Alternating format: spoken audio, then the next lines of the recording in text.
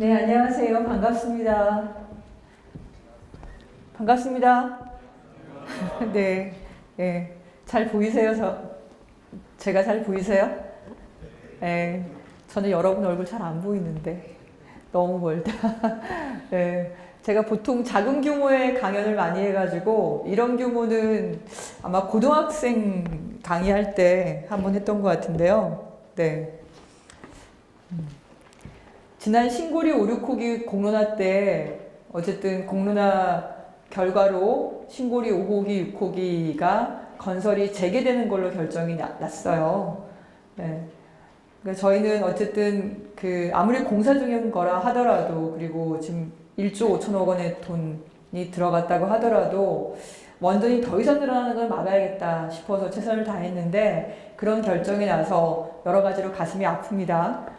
그래서 여러분들이 그 과정에서 본 여러 소식들이 있을 거예요. 근데 사실은 굉장히 일방적인 그리고 잘못된 정보들이 많이 있습니다. 그리고 원자력 문화재단이라고 우리나라에서는 교과서에서 원전을 별로 위험하지 않고 대체 에너지원인 것처럼 이렇게 포장하는 그런 식의 홍보를 많이 하는 역할을 했던 원자력 문화재단을 통해서 여러분들이 어릴 때부터 원전에 대한 얘기를 많이 들으셨을 것 같아요. 오늘은 그거와 다른 얘기를 제가 하려고 그러거든요. 그래서 지금부터 한 1시간 정도 제가 말씀을 좀 드리고, 그동안 여러분이 들으셨던 거랑 다른 얘기들이 많이 있을 거니까 궁금한 게 있으면 질문을 통해서 이렇게 더 얘기가 들어갈 수 있도록 했으면 좋겠습니다. 예. 목차가 그래서 원전 안전과 에너지 정책 현황입니다. 네, 첫 번째가 이 내용이고, 두 번째가 미래 에너지 정책 전망에 대해서 말씀을 드리겠습니다. 여기 보시면 이 기계가 하나 보이는데, 이 기계가 방사능 계측기예요. 방사능 계측기. 숫자가 얼마로 돼 있죠? 1.74로 나와 있죠? 1.74 마이크로시버트 퍼 아워예요. 그 말은 아워, 1시간. 1시간당 1.74 마이크로시버트의 방사선이 나온다 라는 거예요. 그러니까 방사선이 나오면 그 방사선, 그 피폭량을 잴 수 있는 기계입니다. 방사능이라는 것은 인공 방사성 물질로 또는 자연 방사성 물질로 거기서 나오는 방사선, 그런 능력을 가지고 있는 것을 방사능이라고 얘기를 하는데요. 그 방사능이라는 것을 우리가 알아챌 수 있는 방법이 많지가 않아요. 사실상 하나밖에 없죠. 네. 저렇게 방사능 계측기를 가지고 측정할 수 있는 방법밖에 없습니다.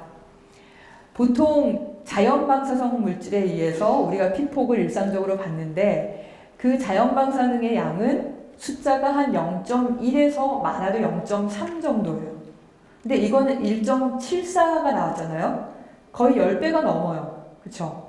10배가 넘는 방사능이 나오는 거예요. 여기가 어디냐면 바로 서울, 노원구, 월계도. 방사능 아스팔트라고 얘기 들어보셨어요? 네. 2001년에 이 아스팔트를 깔았는데 10년 동안 아무도 몰랐어요. 방사능이 이렇게 많이 나오는지를. 왜냐하면 아무도 방사능 계측기로 그 방사능을 측정해 본 적이 없었기 때문에.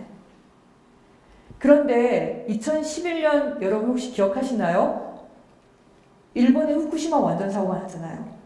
그 이후에 많은 엄마 아빠들이, 어른들이 방사능 오염에 대해서 걱정하기 시작했어요. 그러면서 비싼 거는 뭐 100만 원짜리 넘는 그런 기계도 있는데 그런 방사능 계측기를 사서 주변에 방사능을 재기 시작한 거죠. 그래서 그 중에 어떤 분이 여기를 지나가다가 방사능 계측기를 끄지 않고 킨 상태로 지나갔는데 이 방사능 계측기에 이 숫자가 찍힌 거예요. 놀라서 내려서 재어보니 역시나 높은 숫자가 찍힌 거죠. 그래서 원자력 안전위원회에서 조사를 해보니까 이 아스팔트 안에 자연에는 없는 인공으로 어떤 핵물질을 분열시켰을 때 나오는 인공 방사성 물질 세슘이 들어있는 것을 확인을 했습니다. 그 농도는 우리가 보통 말하는 저준위 핵폐기물에 대한 그 정도 되는 양이었어요. 그러니까 여기 사는 사람들은 그런 인공 방사성 물질이 발밑에서 있고 방사선이 나오는 상황이었는데 아무도 몰랐던 거예요. 왜냐하면 방사능 계측기가 없었기 때문에. 그러니까 방사선이라는 게 그런 겁니다. 우리가 색깔, 냄새, 맛 어떤 것도 없어요. 이런 기계로 계측하는 수밖에 없는 그게 바로 방사선인 겁니다.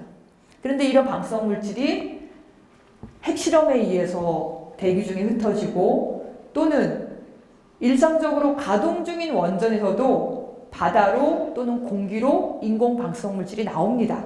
그 양이 아무리 적다 하더라도 어쨌든 나오거든요. 그래 나오면 또는 체르노빌 원전 사고라든가 후쿠시마 원전 사고처럼 그런 사고를 통해서 방사선 물질이 바깥으로 나오면 그 방사선 물질이 하늘로 올라가고 대기 중에 머물다가 비와 함께 땅으로 떨어지면 땅이 오염되는 거죠. 그리고 지하수가 오염되는 거고 거기에 살던 동물, 식물이 오염되고 그 먹이사슬을 통해서 사람도 오염되고 사람도 그 지하수를 먹으면 또 오염되고 그렇게 방사능 오염이 진행이 되는 겁니다. 이런 방사선 물질이 왜 문제냐? 건강에 피해를 주니까요.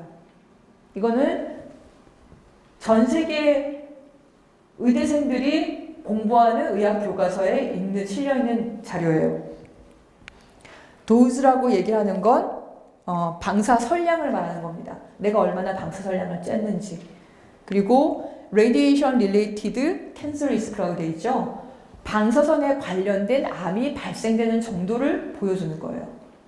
우리가 만약에 안전한 방사선량 그런 기준치가 있다고 한다면 여러분 고등학교 때 배웠던 스레숄드라고 하는 역치가 존재하겠죠.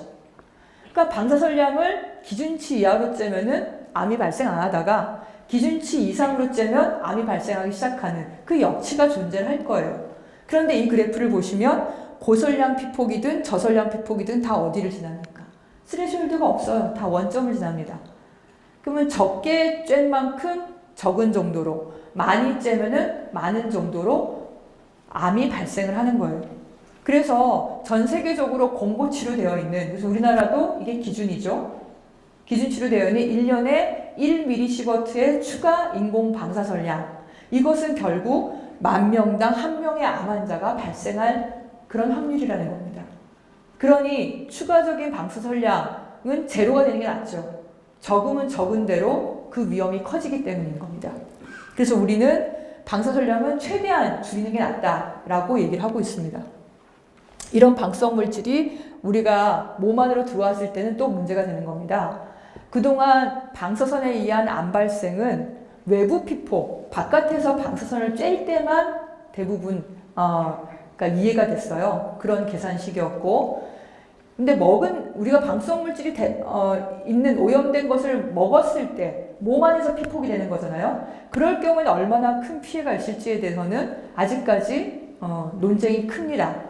설량이 아무리 작은 양이라 하더라도 밖에서 쬐는 거랑 몸 안에서 쬐는 거는 다를 수 있다는 거죠. 특히나 그런 특정 방사성 물질이 물리화학적으로 성질이 비슷한 다른 물질과 비슷하게 우리 몸에 흡수가 되면 분포가 되는데, 예를 들면 스트론튬 90과 같은 이런 방사성 물질은 칼슘과 거의 비슷한 행동해요.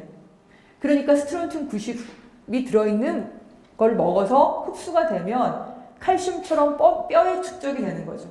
그러면서 뼈암을 불러일으키는 겁니다. 그리고 감마선을 내는 대부분의 방사성 물질, 거의 모든 방사성 물질은 이런 생식기에 영향을 주게 됩니다. 이런 방사성 물질이 가득 차 있는 게 바로 핵발전소의 이 원자로 안입니다. 지금 이 그림은 가압형 경수로라고 말하는 우리나라 전체 원전 24개 중에 20개의 원전이 바로 이 가압형 경수로예요.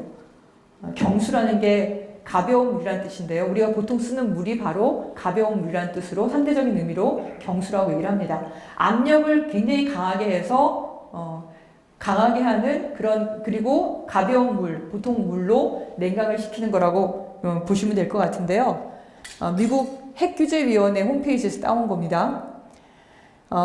여기 색깔이 붉은색이 있는 이쪽이 원자로 핵이 분열되는 곳이고, 여기에서 핵분열 에너지를 통해서 열이 발생을 하면 그 열을 증기발생기로 전달을 해서 증기발생기에 물이 끓어서 그 고압 증기가 터빈을 돌리면 바로 전기가 생산되는 거죠.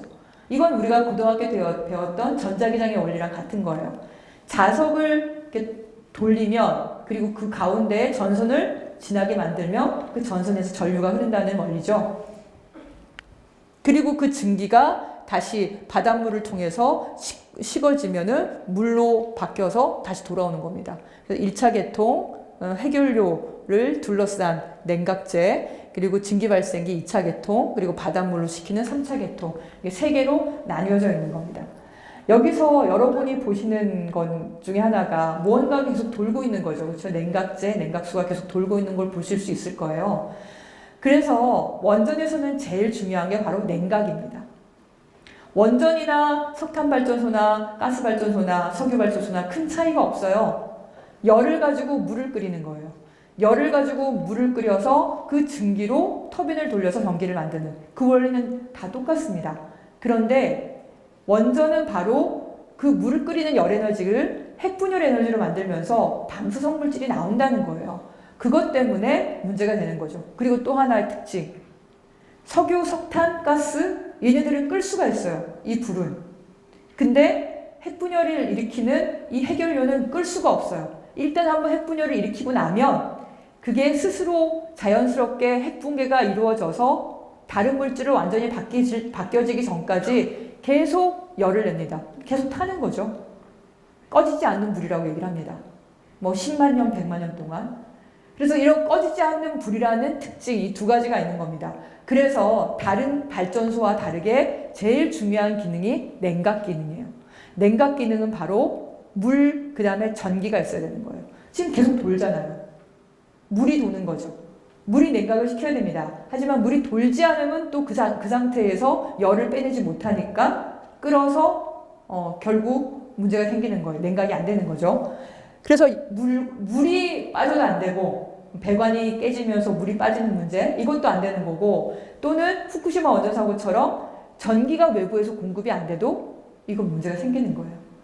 그리고 문제가 생겼을 때 이런 컨테인먼트 스트럭처라고 하는 굉장히 두꺼운 경납 건물이 또 버티고 있어야 되는 겁니다. 근데 이번 후쿠시마 원전 사고를 통해서 그 경납 건물도 결국에는 냉각이 안 된 해결료가 녹아내리면서 파손된 것을 확인할 수 있었죠. 이런 원전이 우리나라에는 4군데에 있습니다. 한빛원전, 하늘원전, 월성원전, 고리원전. 이 월성원전 표시가 좀 약간 잘못되어 있는데 이게 포항 위가 아니라 포항 밑에 경주에 있습니다. 각각의 원전이 다 6개씩 있어요. 운영 중인 원전 6개씩. 24개인 거죠. 고리 신고리 원전인 부산, 울산 여기에는 1호기가 영구정지되고 신고리 3호기가 새로 들어왔기 때문에 원전 개수는 7개인데 운영 중인 건 6개입니다. 그러니까 총 24개의 원전이 있습니다. 여기에 신규 원전 죄송합니다. 여기에 신규 원전이 추가로 계획되고 그리고 계획되고 건설 중인 건데요. 네, 고리 신고리 원전에 건설 중인 원전이 3개. 그리고 하늘원전에 건설 중인 원전이 2개입니다. 나머지 신규 계획된 6개 원전은 최종적으로 취소되는 걸로 결정을 했습니다. 일본에서 후쿠시마에서 원전 사고가 났죠. 우리나라도 이런 원전 사고가 난다면 얼마나 큰 피해를 입을까? 그것은 국토면적으로 우리가 판단할 수 있습니다. 러시아, 그러니까 구소련이죠. 소련에서 체르노빌 원전 사고가 났어요. 그런데 땅이 이렇게 넓다 보니까 오염이 됐다 하더라도 그냥 그 나라는 건재합니다. 미국도 스리마일 원전 사고가 났었죠. 근데 프랑스도 원전 개수가 많지만 우리보다 훨씬 더 땅이 넓습니다. 중국도 원전 개수가 많지만 땅이 넓죠. 우리나라는 24개의 원전으로 세계 6위 국가인데 국토 면적이 너무 작다 보니까 만약에 사고가 난다면 전 국토가 그 방사능 오염의 대상이 될 수 있습니다.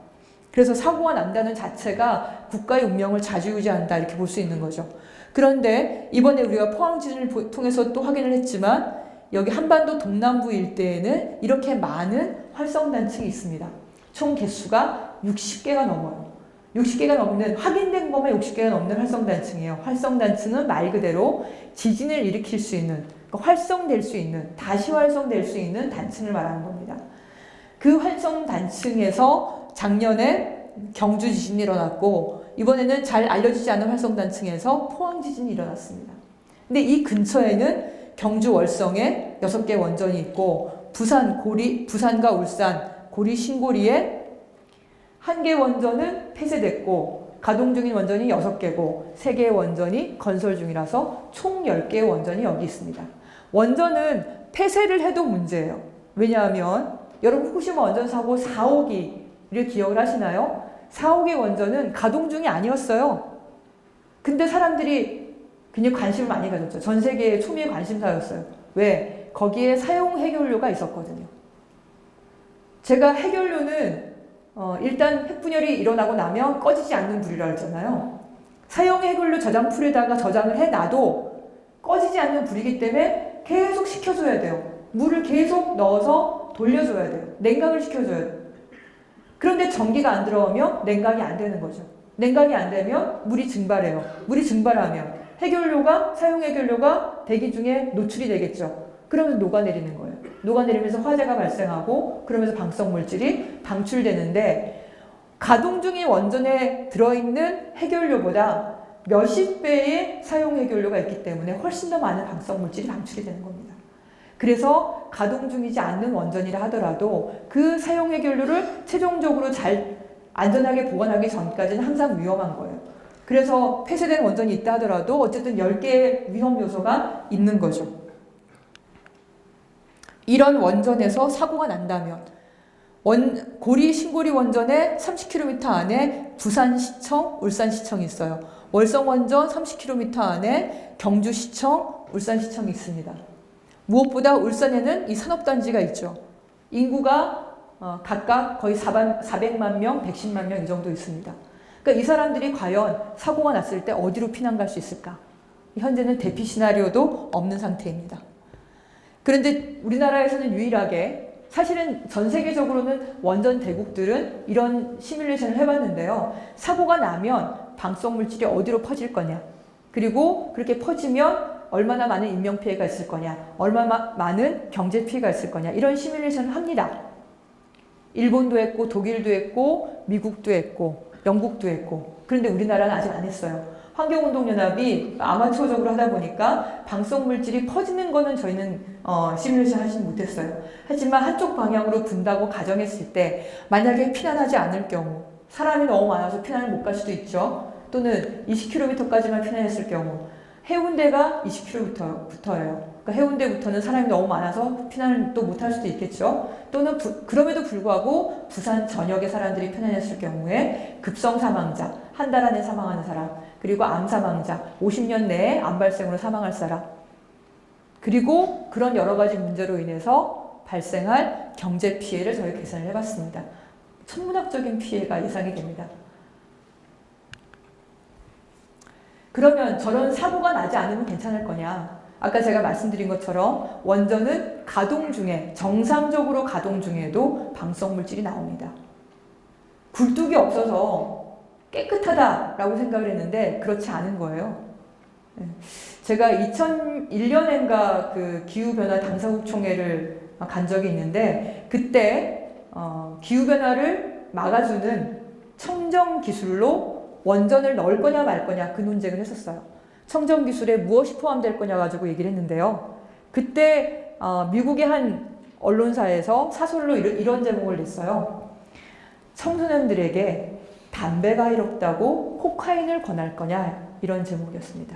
미국은 워낙에 마약 문제가 심각하니까 온실가스와 대기오염 물질이 안 나온다고 해서 핵폐기물이 나오고 인공 방사성 물질이 나오는 원전을 어떻게 깨끗하다고 할 거냐라는 얘기입니다. 일상적으로 나오는 방사성 물질 중에서 월성원전, 중수로원전은 특히나 많이 나오는 방사성 물질이 있는데 그게 바로 삼중수소예요. 이 삼중수소의 체내 농도를 어떻게 측정을 했냐면 소변 검사를 해서 알게 됐어요. 월성원전 주변 나아리에 사는 사람들에게 소변 검사를 했을 때, 읍천에 사는 사람들의 소변 검사를 했을 때, 경주 시내에 사는 사람들에게 소변 검사를 했을 때 방사성 물질이 현격한 차이가 나죠. 이 데이터는 리터당 베크렐이에요. 아까 시버트는 피폭량이죠. 내가 쬐는 에너지량, 내가 쬐는 방사선량이에요. 근데 베크렐은 절대적인 방사능이에요. 1리터 안에 30 베크렐이 있다. 이 말은 뭐냐면 1리터 안에 1초에 30번 핵분개하는 방사성 물질이 들어있다라는 겁니다. 소변에서 이런 방사물질이 나왔다는 거는 몸 안에 이런 방사물질이 있다는 얘기죠. 그러면 이 사람은 1초에 30번에 붕괴하는 방사물질이 몸 혈액 1리터 안에 들어있는 거예요. 그러면 그 사람은 10초 안에는 300번 핵붕괴가 일어날 거고 100초가 지나면 3000번 핵붕괴가 일어날 겁니다. 핵붕괴를 하면서 나오는 방사선에 의해서 주변 세포는 손상을 입을 거고 만약에 세포가 죽으면 대체가 되니까 문제가 없어요. 문제는 세포가 죽지 않고 변형만 있을 경우죠. 그럴 경우에 암이라든가 다른 질병의 원인이 되는 겁니다. 여기 수원은 이 월성 원전으로부터 뿐만 아니라 우리나라 전체 원전으로부터 30km 떨어져 있죠. 30km만 벗어나면 방사물질은 별로 나오지 않습니다. 우리는 괜찮죠. 네. 하지만 원전 주변에 사는 사람들은 그런 방사물질에 의해서 계속 고통을 받고 있습니다. 이 주민들은 원래 이런 방사물질이 나오는지 몰랐어요. 후쿠시마 원전 사고 이후로 원전에 대해서 관심을 가지고 소변 검사하면서 알게 된 거죠. 그러면서 부동산 거래가 끊겼습니다. 이사를 나가고 싶어도 이사를 가지 못하면서 이주 요구를 하는 주민들이 현재 3년 이상 농성을 하고 있습니다. 그런 방사물질의 집대성이 아까 말씀드렸던 사용 해결료예요. 네, 고준위 핵폐기물이라고도 하는데 이 사용 해결료가 우라늄 오레, 유오레라고 써 있는 게 우라늄 오레예요. 그러니까 우라늄 광석이죠. 우라늄 광석과 강석이 가지고 있는 방사능 양과 같아지는 때가 어느 정도냐. 이 보시면 쭉 내려와서 우라늄 광석과 같아지는 시간 10의 6승년이에요. 10의 6승은 몇 년이죠? 100만 년입니다. 그나마 급속도로 그 방사능 정도가 낮아지는 기간 10만 년입니다. 그래서 사용 해결료 고준 핵폐기물은 10만 년 동안 안전하게 보관을 해야 된다라고 얘기를 하는 겁니다. 이런 사용 해결료를 안전하게 보관하는 나라는 아직은 없어요. 아직은 그 방법을 찾은 나라는 지금은 다 임시로 원전 부지에 저장하거나 아니면 중간 저장소를 만들어서 중간으로 저장하고 있습니다. 최종적으로 처분한 나라는 없어요. 전 세계 원전이 시작된 지가 60년이 됐습니다. 원전 국가가 31개 국가예요. 그 나라들 중에서 단 한 나라, 핀란드만 저 사용 해결료를 보관하기 위한 처분장 공사를 하는 중이고 스웨덴은 그 부지를 정한 것 뿐입니다. 그 나머지 어떤 나라도 부지도조차 정하지 못했어요. 미국에서 여러분 서부 영화에 보면은 그 흙먼지 풀풀 날리는 사막이 나오죠. 네바다주가 그 사막인데 거기에 최종 처분장을 만들려고 추진을 하다가 수천 년 전에 물이 흘렀던 흔적이 있다면서 지질학적으로 논쟁이 됐습니다. 그리고 인디언 보호구역인데 수백 명이 사는 인디언 보호구역에 사실은 동부에 있는 백인들이 주로 사는 동부에서 전기를 쓰면서 거기에 원전으로 인해서 나온 핵폐기물을 이 서부의 인디언 보호구역에다가 묻는 게 맞겠냐 윤리적으로. 그러면서 결국은 취소가 됐죠. 근데 이 과정에서 어떤 논란이 있었냐면 만약에 우리가 여기다가 핵폐기물을 저장한다고 했을 때 최소한 10,000년은 그래도 우리가 보장을 하지 않겠냐. 100만 년, 10만 년은 보장을 못하더라도. 그럼 10,000년 동안 안전하게 보장을 하려면, 보관을 하려면 후세대한테 여기에 핵폐기물이 묻혀 있으니까 가까이 오지 마라. 영어로 접근 금지가 뭐죠? 데인저? 뭐 이런. 영어로 데인저라고 여기 쓰면 과연 1000년 후에, 10,000년 후에 인류가 여기 살던 사람들이 영어를 할지 아무도 모르는 거예요. 그 영어 대신에 기호를 쓰자. 위험한 기호를. 근데 이 기호가 방사능 기호예요. 여러분 병원에 가면 방사능 기호 보이잖아요. 이 방사능 기호가 위험해 보이시나요? 방사능 기호. 저는 위험해 보이는데 안 위험해 보이세요? 어쨌든 이런 기호라도 쓰자고 얘기한 거예요. 제 딸한테 물어봤더니 이게 5살 때 제 딸이 이걸 보더니 와 노란 꽃이다 그러는 거예요. 노란 꽃이다. 네. 모르니까 저는 아니까 위험하다고 느꼈지만 저희 딸은 노란 꽃이라고 느꼈습니다. 아마 그래서 학자들도 그렇게 생각을 했겠죠. 뭐 기후학자, SF 소설가 이런 사람들이 논의를 해서 바꿨어요. 빨간색, 색깔부터 다르잖아요. 해골도 그려져 있고 뭔가 나오니까 도망가라 한 거죠. 이 정도 기후면은 좀 이렇게 경각심을 불러일으키는 데인저란 영어만큼이나 어떤 정보를 주지 않을까라고 생각이 들었어요. 그런데 문제는 뭐냐면 천년 만년간은 페인트가 없어요. 페인트가 없어요. 기호를 아무리 만들어봤자 저런 기호가 사라져버릴 건데 풍화작용으로. 그러니까 다른 고민들을 하고 있습니다. 그러니까 우리가 지금 원전 전기를 쓴 그 대가로 핵폐기물이 나왔는데 우리의 손자의 손자의 손자의 손자의 손자의 손자의 손자의 수백 대를 걸쳐서 그 손자들이 그 후세대들이 이 핵폐기물을 떠안고 살아야 되는데 그걸 어떻게 안전하게 보관할 거냐? 아직 해답이 없어요. 그래서 원전을 그렇게 얘기를 합니다. 에너지는 무지하게 많이 생산하는 초호화빌라인데 화장실이 없다. 그런 호화빌라가 과연 얼마나 지속 가능하겠냐는 거죠. 그런데 우리가 이렇게 지역 주민들의 인명피해 안 발생하고 방사능에 오염되고 원전 사고가 언제 일어날지 알 수 없는 불안한 가운데 우리 애들한테 핵폐기물을 그렇게 떠다 넘기는 그런 원전을 왜 가동을 하냐. 필요하기라 그러죠. 뭐라 그럽니까? 원전 없으면 전기 못 쓴다는 거 아니에요. 전기 쓰려고 지금 원전 한다는 거잖아요. 정말 그럴 건지 한번 보죠. 우리나라는 OECD 국가 중에서 효율이 좀 낮은 나라예요. OECD 국가들 중에서 에너지 순수입량이 많은 나라 수준으로 다시 정렬을 했더니 에너지 수입을 제일 많이 하는 나라가 OECD 국가 중에서 일본이에요. 그 다음에 미국, 그리고 우리나라가 3등이에요. 그리고 독일입니다. 미국은 워낙에 큰 나라니까 빼고 보면 일본, 독일, 우리나라 이 세 나라를 한번 비교를 해볼게요. 1인당 GDP 우리가 제일 낮아요. 그쵸? 1인당 1차 에너지 소비는 우리나라가 제일 높죠. 거의 1.5배 수준이에요. 1인당 전기 소비도 제일 높죠. 다시 앞으로 돌아가 볼까요? 그 줄에서 우리보다 전기를 많이 쓰는 1인당 전기 소비를 많이 하는 나라는 미국밖에 없어요. 아니 에너지 수입을 많이 하면 좀 줄여라도 적게 아끼기라도 해야 되는데 도대체 왜 이렇게 많이 쓰는 건가? 에너지 수입 의존도가 95%예요. 우리가 쓰는 에너지의 95%를 다 수입해야 해요. 그 돈으로 환산해보니까 100조가 넘어요. 네. 국산 에너지는 재생에너지하고 수력밖에 없어요. 그렇게 에너지 수입해서 전기를 만들어 쓰는데 전기는 우리가 쓰는 최종 에너지 소비의 19%예요. 근데 그 과정에서 손실되는 에너지가 24%예요. 왜 이런 일이 벌어질까? 아까 제가 발전소는 어떻게 한다고 그랬죠? 기존의 발전소들은 물 끓인다 했잖아요. 물 끓여서 증기로 터빈 돌려 전기 만들어요. 그럼 물 끓일 때 들어가는 에너지가 100이면 전기로 바뀌면 에너지가 40밖에 안 돼요. 그것도 최대로 잡아서. 그러니 60은 그냥 사라지는 거죠.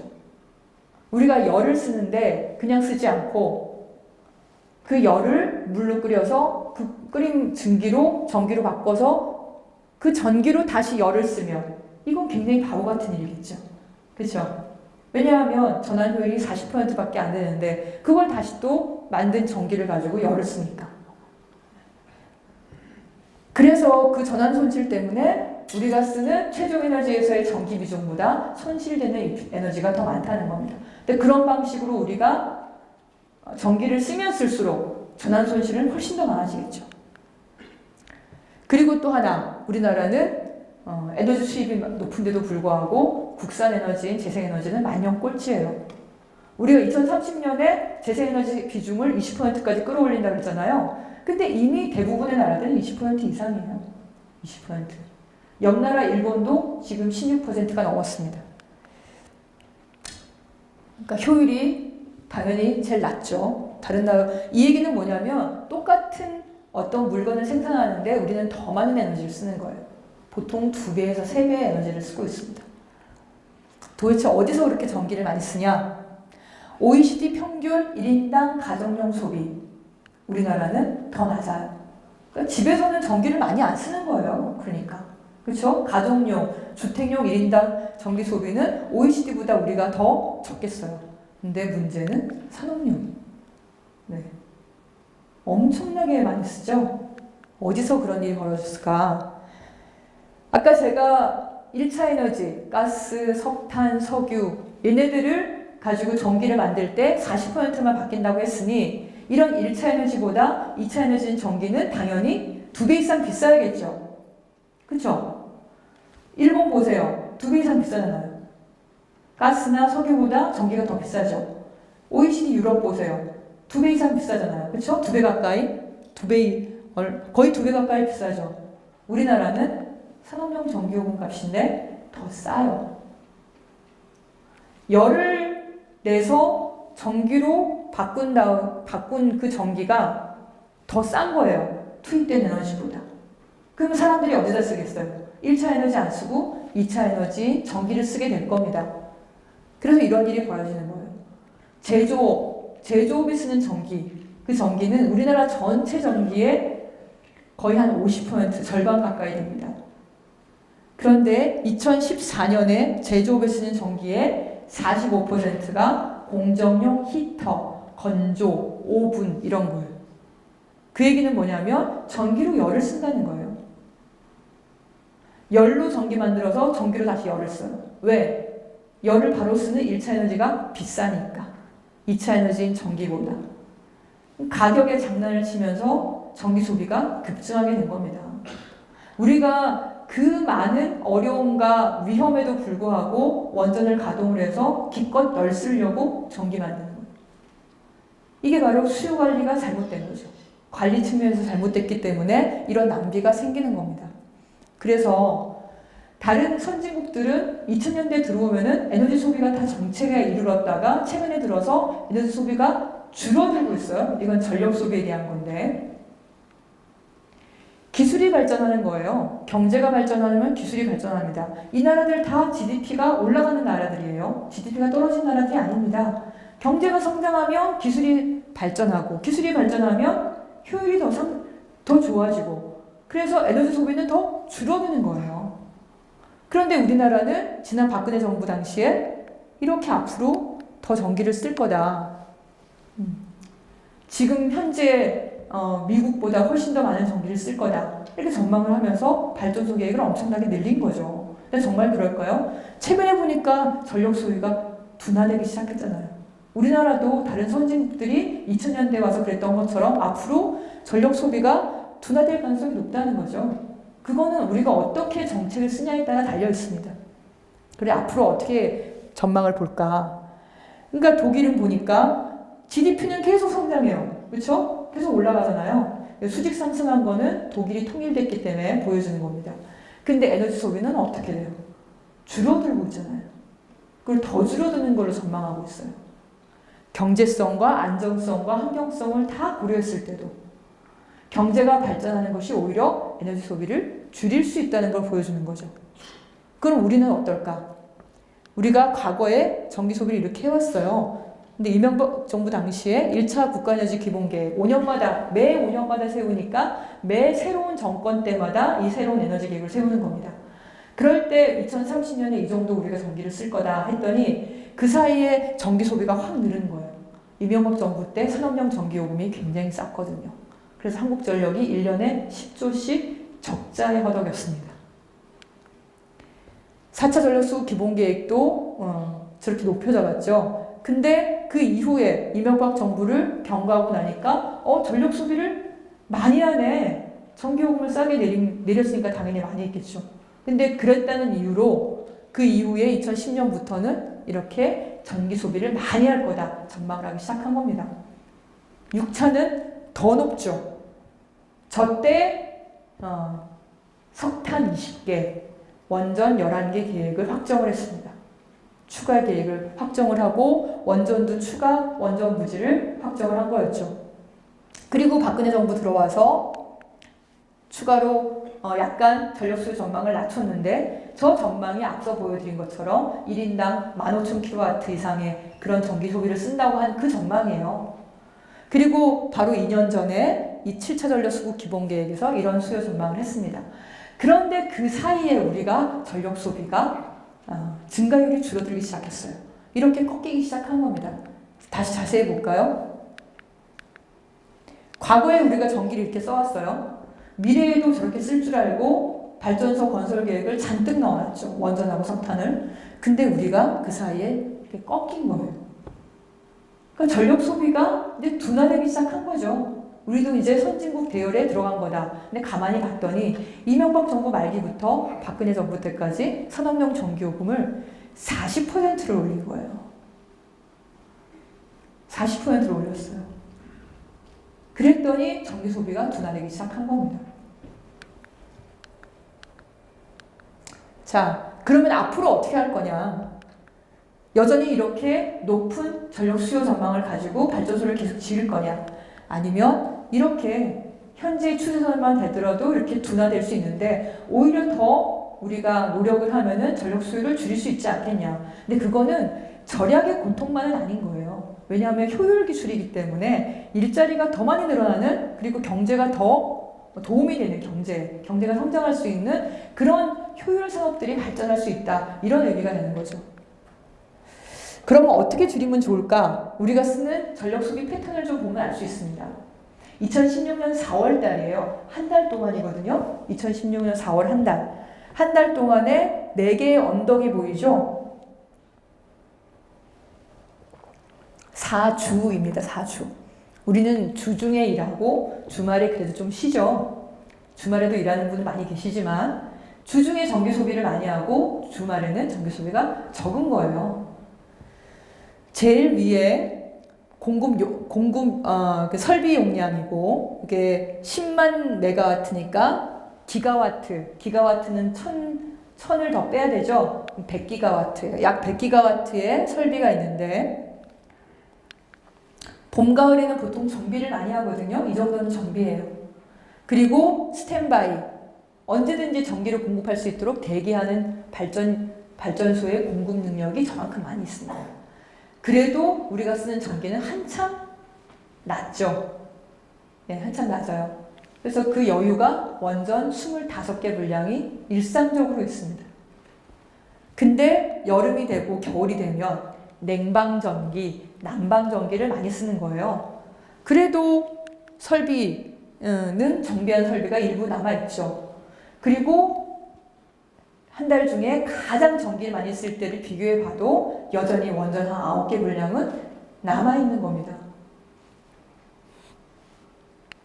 저기 설비가 이제 100기가와트로 올라왔죠.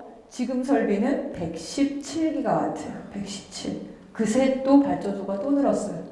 2017년 지금 12월이 되니까 117기가와트입니다. 근데 발전소는 늘어났지만 지금 최대 전력은 85기가와트로 아직은 크게 늘어나진 않았습니다. 110기가와트, 최대 전력 소비는 85기가와트. 그러니까 여유가 충분히 있죠. 1기가와트는 원전 1개 분량이에요. 자, 이건 이제 하루예요, 하루. 왼쪽은 여름, 오른쪽은 겨울입니다. 여름은 언제 전기를 많이 써요? 제가 보통 분들한테 여러분 전기 하루 중에 언제 많이 써요? 이렇게 물어보면 다 밤에요 이렇게 얘기하는 분이 많이 계세요. 왜냐면 밤에 불을 켜고 밤에 집에 가서 뭐 전기밥솥도 돌리고 텔레비전도 보고. 근데 전기는 낮에 많이 써요. 왜냐면 우리는 일을 낮에 할 때. 일할 때 전기 쓰는 겁니다. 낮에 여름에 보니까 언제 쓰냐면 일하면서 에어컨 틀어놔서 오후 3시에서 5시에 전기를 가장 많이 써요. 그쵸? 겨울에는 오전이잖아요. 그쵸? 왜 오전에 전기를 많이 쓸까요? 네. 출근해서 사무실이 추우니까 전기 난방기를 일제히 트는 거예요. 아침 9시, 10시 이때가 피크예요. 겨울에는. 그리고 저녁 때 잠잘 때 추우니까 또 잠깐 난방기 돌리겠죠. 약간 올라오고. 그럼 우리는 주중에 낮에 전기가 필요한 거예요. 그쵸? 특히 이런 전기 냉난방 무한은 전체 전력 소비의 25%나 됩니다. 엄청나게 많은 양이죠. 전체 전기의 30%를 원전이 공급을 하는데 그걸로 난방이나 냉방을 하는 거예요. 자, 독일의 그 설비하고 최대 전력을 한번 볼까요? 독일은 이 정도가 재생에너지예요. 202기가와트가 있어요. 우리가 지금 117이 있다 했잖아요. 독일은 202나 있어요. 근데 최대 전력 소비는 훨씬 낮습니다. 80기가와트밖에 안 돼요. 그리고 원전, 석탄, 석유, 가스는 다 합쳐서 100기가와트 미만, 91기가와트밖에 안 돼요. 그러니까 202기가와트 중에서 91기가와트가 원전, 석탄, 가스, 석유 이런 기존의 발전 설비들인데 얘네들은 꾸준히 줄어들었어요. 대신에 재생에너지가 급속하게 증가하면서 100기가와트 이상의 발전 설비를 가지게 된 겁니다. 그 결과 어떤 일이 발생했냐면 2012년에는 이렇게 했죠. 이건 일주일입니다. 일주일이니까 아까 제가 한 달 거 하루 거 보여드렸죠. 출근해서 전기 쓰고 퇴근해서 전기 적게 쓰고 출근해서 전기 쓰고 퇴근해서 전기 적게 쓰고 그리고 주말 되면은 전기 소비가 전반적으로 줄어들고 그렇죠. 근데 우리는 전기를 언제 많이 쓰냐면 낮에 쓰잖아요. 낮에 쓰는 전기를 뭘로 공급해요? 저 노란색 태양광이에요. 저 파란색이 풍력이에요. 태양광은 24시간 가동되진 않죠. 햇빛이 비칠 때 전기를 생산하는데 우리가 필요한 전기는 언제예요? 낮이에요. 이게 이렇게 바뀐 거예요. 이렇게. 낮 시간대의 전기는 대부분 다 태양광으로 쓰는 거예요. 아까 보여드린 것처럼 우리가 쓰는 최대 전력이, 그러니까 독일에서 쓰는 최대 전력이 80이에요. 80인데 재생에너지 전체가 100이 넘으니까 물론 모든 풍력발전기가 모든 태양광이 다 돌지는 않겠죠. 특히나 독일은 여러분 독일 여행 갈 때 필수품 작은 우산 하나 항상 가지고 다니세요. 아니면 모자 달린 잠바. 왜냐하면 시도 때도 없이 비가 오거든요. 그런데도 불구하고 그 태양발전과 풍력발전이 모여서 하루를 저렇게 담당을 하는 겁니다. 이건 2020년에 이 정도를 담당할 거라고 생각을 했는데 실제 올해 초부터 저렇게 되기 시작한 거예요. 그러니까 더 이상 우리는 1년 365일 24시간 전기를 공급하는 원전 같은 발전소는 필요 없어지는 겁니다. 오히려 낮에 과잉으로 생산된 전기, 햇빛이 좋으면 우리가 필요한 전기보다 너무 많은 전기가 생산되는 거예요. 그걸 어떻게 할지를 주체를 못해서 독일은 전기 수출 국가가 됐어요. 전기를 수출합니다. 남아돌아서. 그거를 전기 자동차에다가 저장을 하고 배터리에 저장을 하고 그래서 나중에 필요할 때 또 쓰는 거죠. 그런 사회로 가고 있습니다. 그러다 보니 전 세계의 발전량의 25%가 재생에너지 그리고 새로 들어가는 신규 전력설비의 62%가 재생에너지예요. 원전도 조금씩 늘고는 있죠. 하지만 원전은 폐쇄되는 원전이 있는 반면에 늘어나는 원전이 있다 보니까 비슷비슷한 거예요. 그 양이 별로 늘어나지 않습니다. 하지만 재생에너지는 급속하게 늘어나고 있는 거죠. 2016년 한 해에만 태양광이 75기가와트가 전 세계에 깔렸어요. 75기가와트. 1기가와트가 원전 1개라 그랬죠? 원전 75개가 들어온 겁니다. 총 303기가와트가 있어요. 원전은 현재 370 정도 있습니다. 거의 태양광에 맞먹죠. 전 세계 원전하고 전 세계 태양광하고. 풍력을 넣으면 2배가 넘어갑니다. 풍력은 총 487기가와트였어요. 2016년 한 해만 원전 55개 분량이 풍력발전기가 들어갔습니다. 그리고 일본에는 재생에너지를 확대하는 적극적인 정책, 그것을 도입을 하자마자 급속하게 재생에너지가 증가했어요. 독일하고 우리나라하고 일본 이 세 나라가 여러 가지가 비슷한데요. 첫 번째, 아까 보여드린 것처럼 에너지 순수입량이 많아요. 그 얘기는 자국의 에너지 부존 자원이 부족하다는 뜻이죠. 이건 재생에너지 부존 자원이 아니라 화석연료 부존 자원이 부족하다 보니까 화석연료, 가스나 석유를 많이 수입을 하죠. 그런 나라들이에요. 그리고 이런 나라들은 제조업 중심 국가예요. 공장이 많은 나라들이에요. 그리고 수출 의존한 나라들이고. 그리고 또 하나 공통점이 뭐냐면 독일은 탈원전을 결정할 2002년에 원전 전기 30%, 일본은 후쿠시마 원전 사고 직전에 원전 전기 30%, 우리나라는 지금 원전 전기 30%. 독일이 아까 보여드린 것처럼 2002년부터 2017년 15년 사이에 재생에너지 전기가 33%로 늘어났어요. 그리고 원전 전기가 10%대로 떨어졌습니다. 일본은 후쿠시마 원전 사고 난 2011년에 원전 전기가 30%에서 제로로 떨어졌어요. 일본의 원전 규제 제도 때문에 예상치 못했던 원전의 안전 기준에 반영하지 못한 대규모 지진이 발생했기 때문에 그 지진을 포함한 새로운 안전기술 기준을 세우는 동안 관련된 모든 원전을 가동을 중단시킨 거예요. 탈원전을 결정해서가 아니라. 그래서 원전이 제로가 됐었어요. 일본은. 근데 그 사이에 30%의 원전 전기가 사라지면서 그 사이에 재생에너지인 이 태양광 특히나 급속하게 증가를 했습니다. 5년 사이에 원전 30개 분량의 태양광 발전기가 들어갔어요. 2022년, 25년이면 미국하고 영국은 이제 재생에너지 경제성의 원전을 역전한다고 합니다. 그리고 풍력은 이미 그리드 패러티. 그리드 패러티라고 얘기하는 거는 그리드는 전력망이거든요. 전력망의 그 전력 가격, 그러니까 시장 가격이죠. 더 이상 보조금이 필요 없어요. 시장 가격과 똑같으니까. 그걸로 그냥 팔면 되는 거죠. 도달을 했고 태양광도 발전 단가가 계속 하락되고 있습니다. 하지만 원전은 계속 올라가고 있어요. 전 세계적인 추세인데 우리나라도 마찬가지예요. 풍력, 태양광, 석탄 이런 가격들은 떨어지고 있고 원전과 석탄은 계속 올라가고 있어요. 원전하고 석탄이 올라갈 수밖에 없죠. 석탄, 미세먼지, 온실가스, 중금속 등의 대기오염 물질 걔네들을 줄여야 되니까 환경규제가 계속 올라가는 거예요.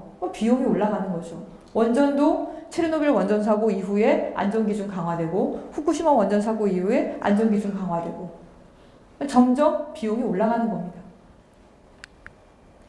태양광 발전은 특히나 우리나라는 2000년대에 비해서 최근에 거의 10배 이상 그 가격이 떨어졌어요. 그러다 보니까 우리나라도 태양광이 증가하고 있는데 전 세계에서 재생에너지가 늘어나는 이유 중에 하나가 뭐냐면 일자리 문제 때문입니다. 사실은. 네. 환경 문제도 있겠지만 사실은 일자리 문제가 더 커요. 네. 이 재생에너지 전체가 생산해내는 일자리가 980만 개.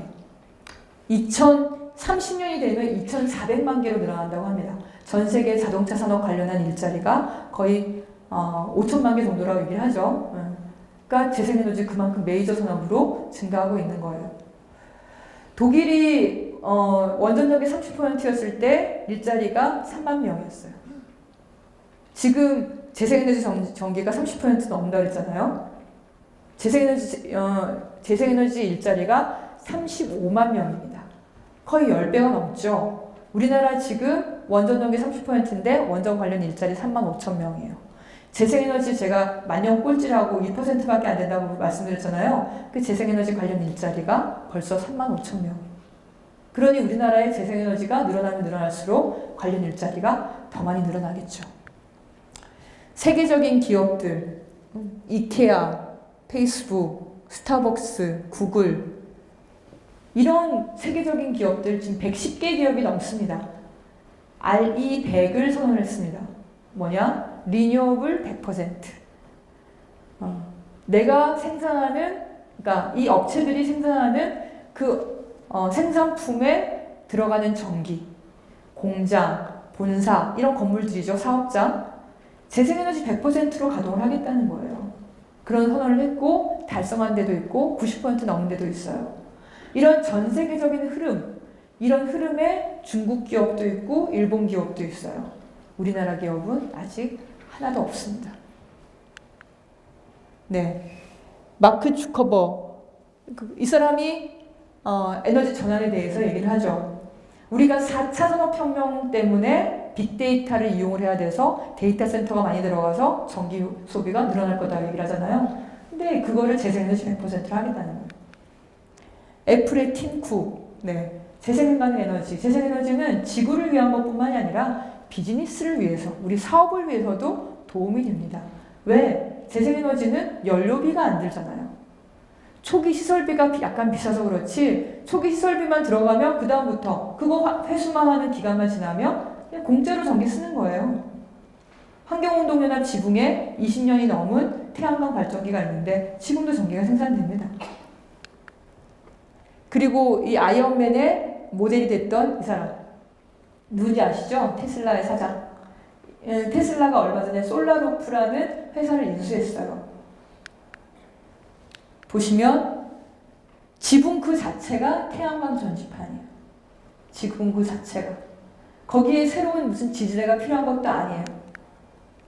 그래서 지붕 그 자체에서 생산하는 태양광으로 배터리에 전기를 충전하고 또는 전기자동차에 전기를 충전해서 쓰는 거죠.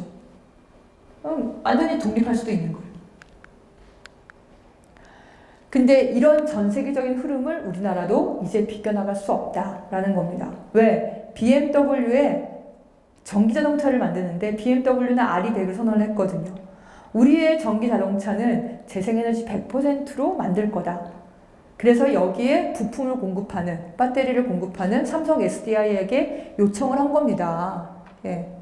재생에너지로 배터리를 좀 생산을 해달라. 그래야지 우리가 RE100을 선언을 했는데 그런 공고를 요구한 거죠. 삼성도 재생에너지를 늘리겠다고 하는데 우리는 어쨌든 한국전력 전기를 살 수밖에 없으니 그걸 어떻게 하겠습니까? 자체적으로 재생에너지를 늘리는 수밖에 없는 상황이 되어가고 있는 겁니다. 자, 그렇다면 우리나라는 재생에너지 잠재량이 없어서 이렇게 부족한 건가?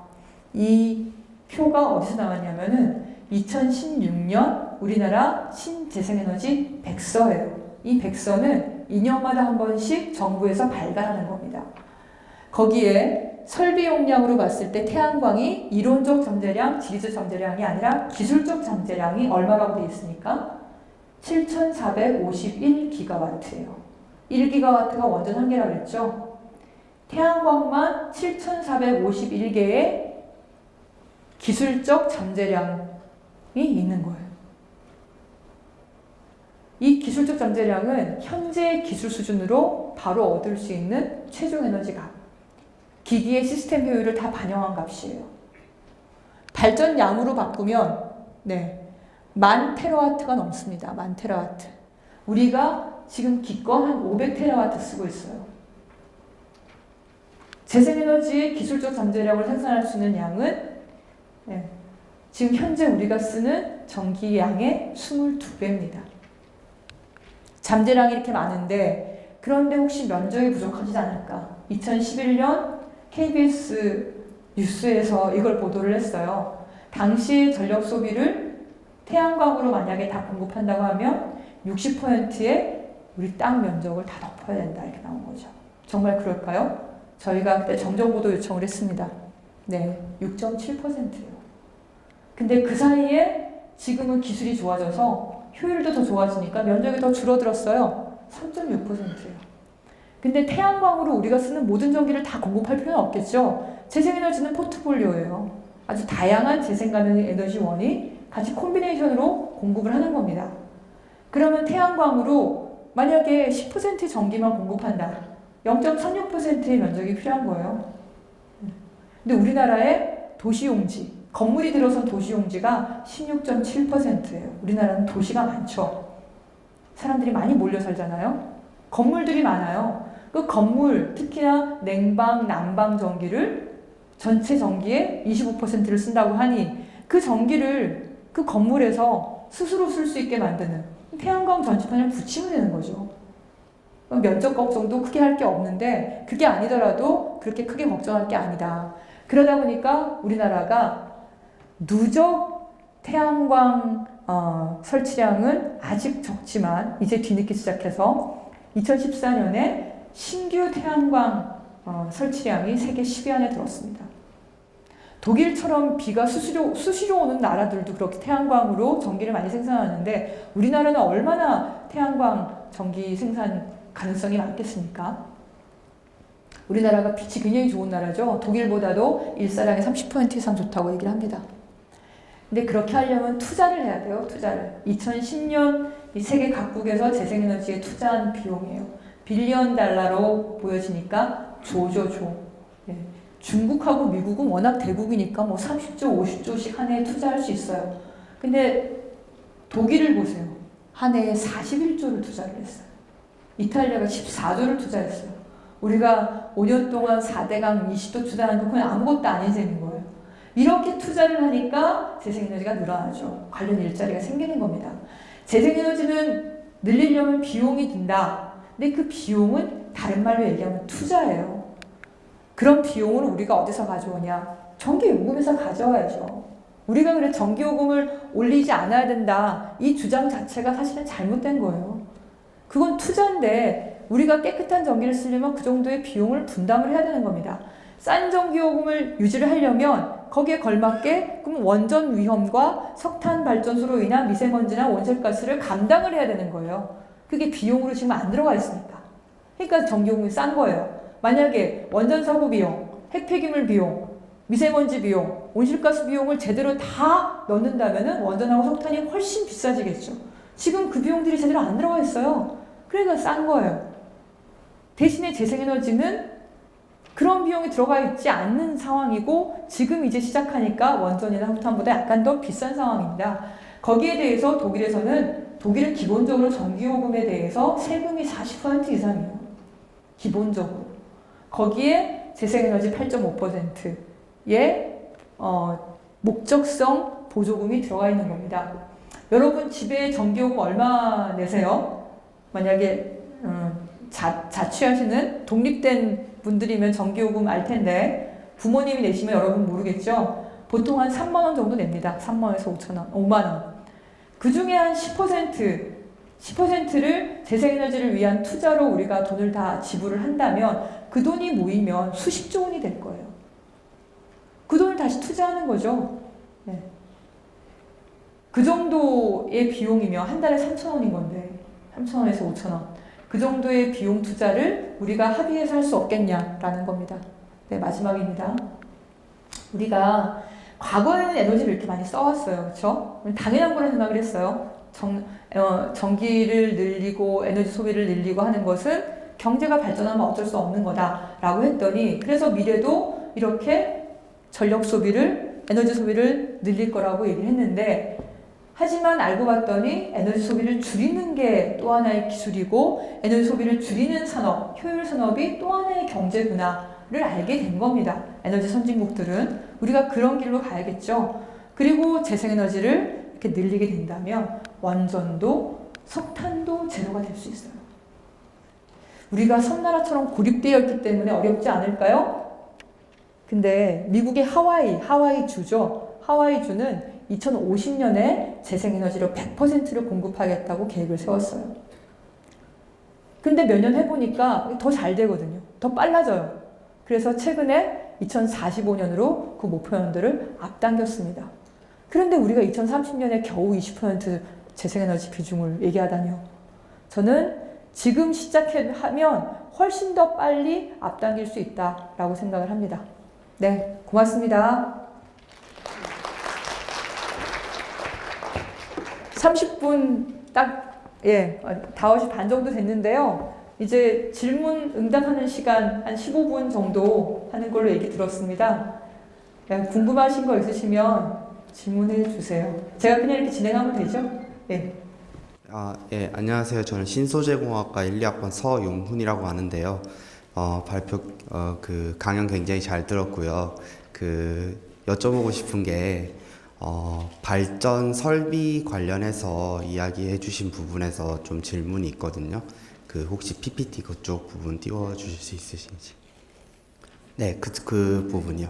네, 거기서 이제 설비 용량 자체가 저렇게 책정이 돼 있고, 지금 저희가 사용하고 있는 최대 전력 및 예비 전력에 비해서 전기가 많이 남고 있다, 이렇게 말씀을 해주셨는데, 이제 제가 잘 몰라서 이제 여쭤보려고 하는 건데, 제가 알고 있기로는 태양광이나 이렇게 재생에너지를 만드는 데 필요한 그런 설비 용량이라는 게 기타 원전이나 아니면 화력발전소에 비해서 태양광이나 이런 것들에 들어가는 설비 용량이 훨씬 더 많이 들어간다고 알고 있는데, 그렇게 저희가 신재생에너지 분야로 나가게 된다면 그런 원전을 폐지하고 태양광이나 이런 것들을 지을 수 있는 설비 용량이 지금 현재의 수준의 설비 용량으로 충분한지에 대해서 여쭤보고 싶습니다.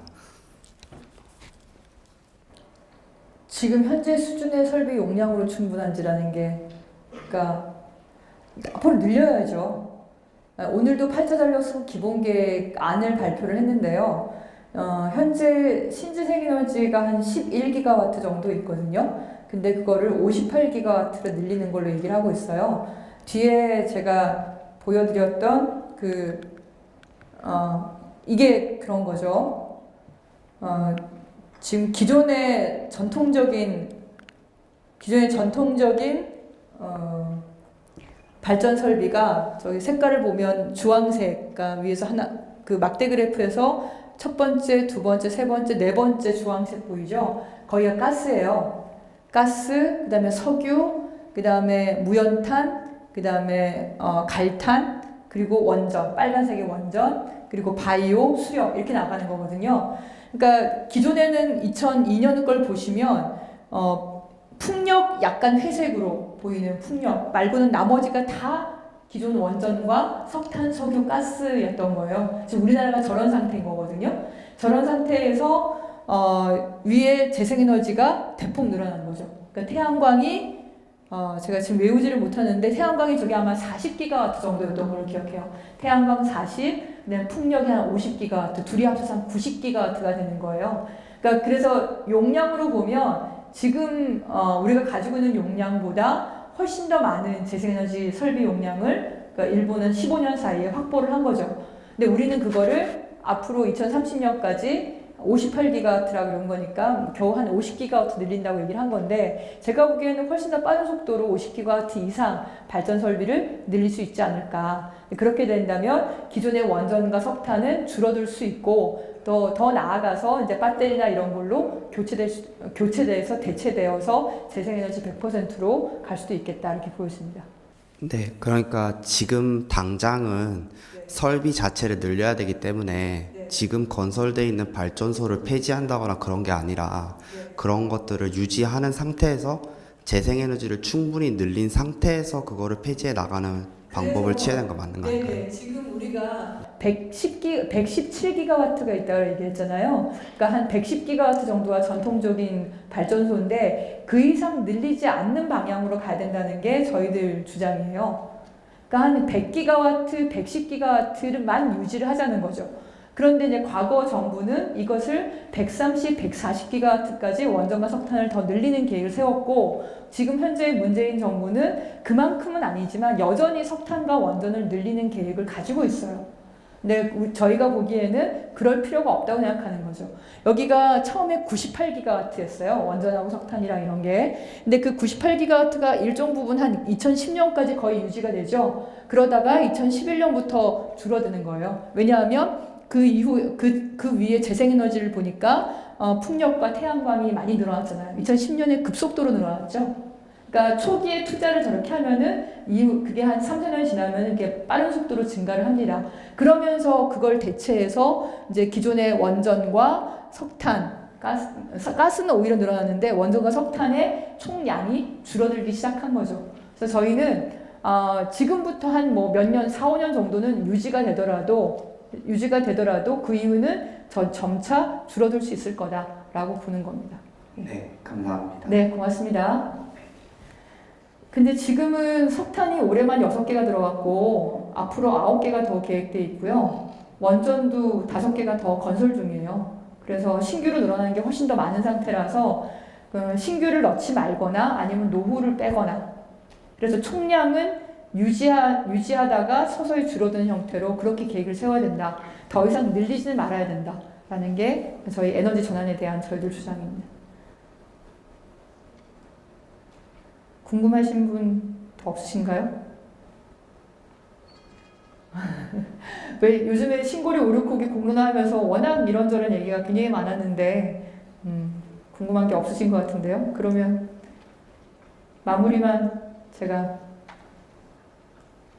네 교수님 제가 마무리 발언하는 걸로 제가 마지막 마무리 발언을 좀 할게요. 제가 그 에너지 전환 효율이 40% 밖에 안 된다고 말씀드렸는데 40% 나대는 거예요, 사실은. 그러니까 열에너지에서 전기로 바뀌는 게 40%만 바뀌고 60%는 다 버려졌다 그랬잖아요. 근데 여러분 그 산업혁명의 원동력 중에 하나가 뭐죠? 증기기관이죠. 증기기관의 발명이잖아요. 그 전까지 우리는 길쌈을 매서 천을 만들었죠. 근데 증기기관의 발명으로 방직기계라는 게 돌기 시작했어요. 그렇죠?